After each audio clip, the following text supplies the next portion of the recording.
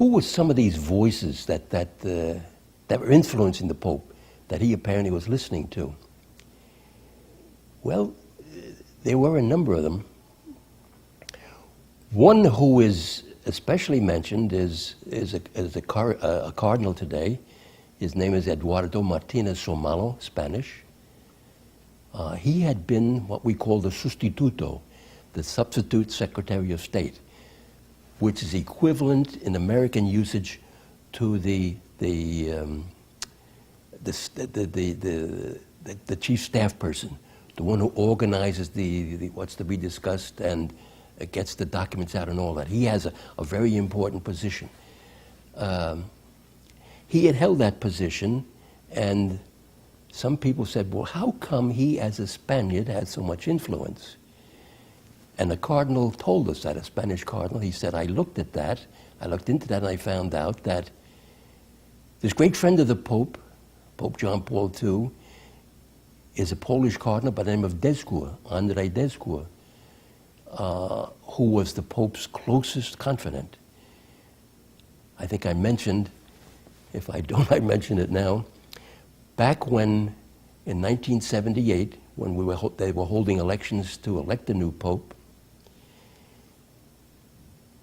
Cardinal Descour had promoted the candidacy of Cardinal Wojtyła. He had been the one who knew him so well, and he would explain to people why Karol Wojtyła had all the qualities that the Pope should have. And, as I think we've said, he was so convinced of this Cardinal Descour, that he offered his life that Karol Wojtyła would be elected Pope. And 2 days or so before the election, he had a stroke, which put him in a wheelchair, and he's still in that wheelchair today. So you can see the relationship between these two men was very strong, between Karol Wojtyła, John Paul II, and Cardinal Descour. Descour in Rome had an office which at first was a secretariat. He was the president of the Secretariat for Social Communications, so for all the things published. That was promoted as an organization, as a structure, later to a pontifical council. And Descour was the president, and the president emeritus then of this Pontifical Council for Social Communications. So he had a lot to say about whatever was published there. And that organization had a lot of discussions with some Spanish Jesuits whose articles, things they published, were criticized by that organization, and Cardinal Descour and his group felt that Father Arrupe, as general, had not done enough to correct these authors who were out of line. So he had a very poor opinion of Father Arrupe, and this was important, that Cardinal Descour had this, and he, I think, communicated that opinion to John Paul II. So there was an influence, direct influence there between the Pope and Descour on where you put Father Dedza. And so Descour really did not like Father General. He disliked him.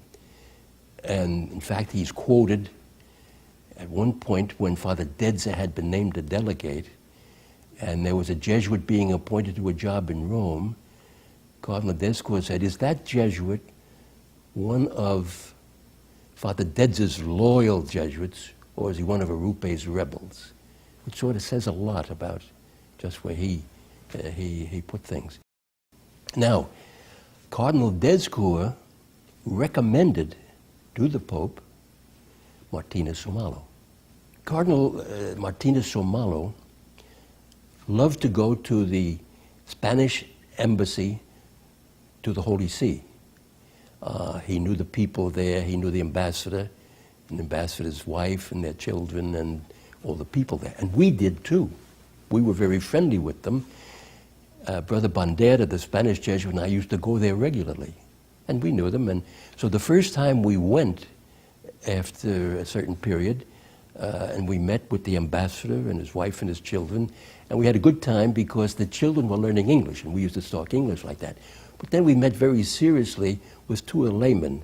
One of them was called the Chancellor, and the other had an official role too.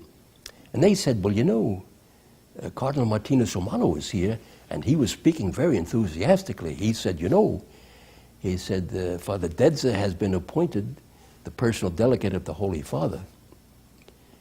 Well, he said, you know, this is Cardinal Martinez Somalo. He said, that was my idea.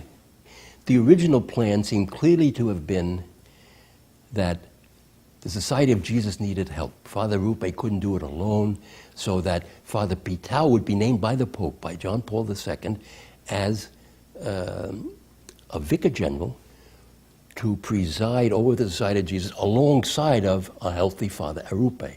That seemed to clearly have been the plan, what I call Plan A. And of course, it depended on Father Arrupe's being able to continue. How they would have divided up the jurisdiction that's a difficult thing to see. And in my book, I speculate a bit. Well, you know, I mentioned the case somewhat similar, not the same, but somewhat similar, of Hunthausen. You remember that, Archbishop Hunthausen in Seattle, where Bishop Whirl was put alongside of him by the Bishops' Conference of the United States, and they tried to separate out who would have jurisdiction over what, and it didn't work. It just did not work. So that was very much on my mind. If they were going to name Father Pitao as a vicar general alongside of an operative Arrupe, how were they going to determine who would be responsible for what? But that's what I would say with Plan A.